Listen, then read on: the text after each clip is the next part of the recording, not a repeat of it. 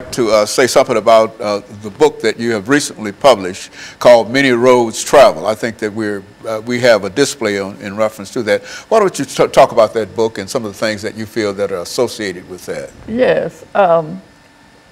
Many Roads Travel, or 20 Years in Bondage, was inspired, the writing was inspired by the woman in that old tin-type photograph. Mm-hmm.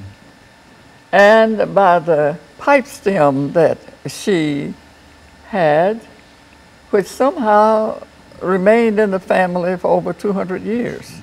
That pipe stem is older than America. Mm-hmm. It belonged to this woman's grandfather.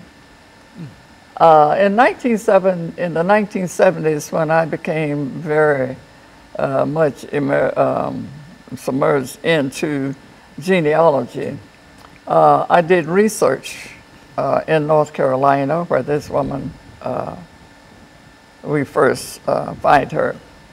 And that journey took me to the shores of Africa. The book is historical fiction, which means it is a creative reconstruction of events, people, and places. And so in the creative reconstruction, we visit the shore of Africa where two children are playing on the coast, and they see this, what they think is a mirage in the distance, this big, gray, white-looking thing. But it is not. It is a slave ship. Mm-hmm. And they are free and happy and carefree and romping in the sand. And they end up on that ship being captured.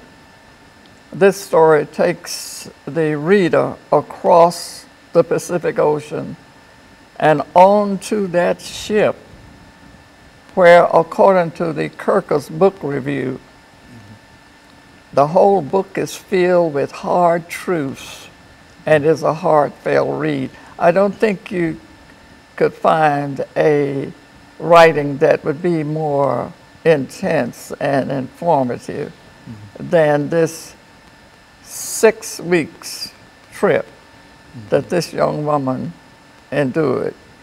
On to Baltimore,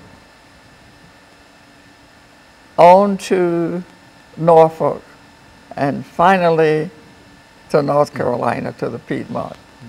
And there, the little town of Lincolnton, North Carolina, a free black community was established. And this young girl becomes a woman, and she is married, and she and her husband, Jake, reproduce this Pleasant Lane. So this is a story of Pleasant, her forebears as they travel across the ocean, the many roads leading to North Carolina, and her kidnapping. She was a free girl on her way to take that pipe stem to the Lane's tobacco shop. And that's a rich history there. See, many people do not know, even people in North Carolina, that a man by the name of Lunsford Lane, which was one of her relatives, developed a flavored tobacco. He was called a tobacconist. He was free in the little town. And he took his recipe for flavored tobacco to the biggest tobacco producer in North Carolina then and now.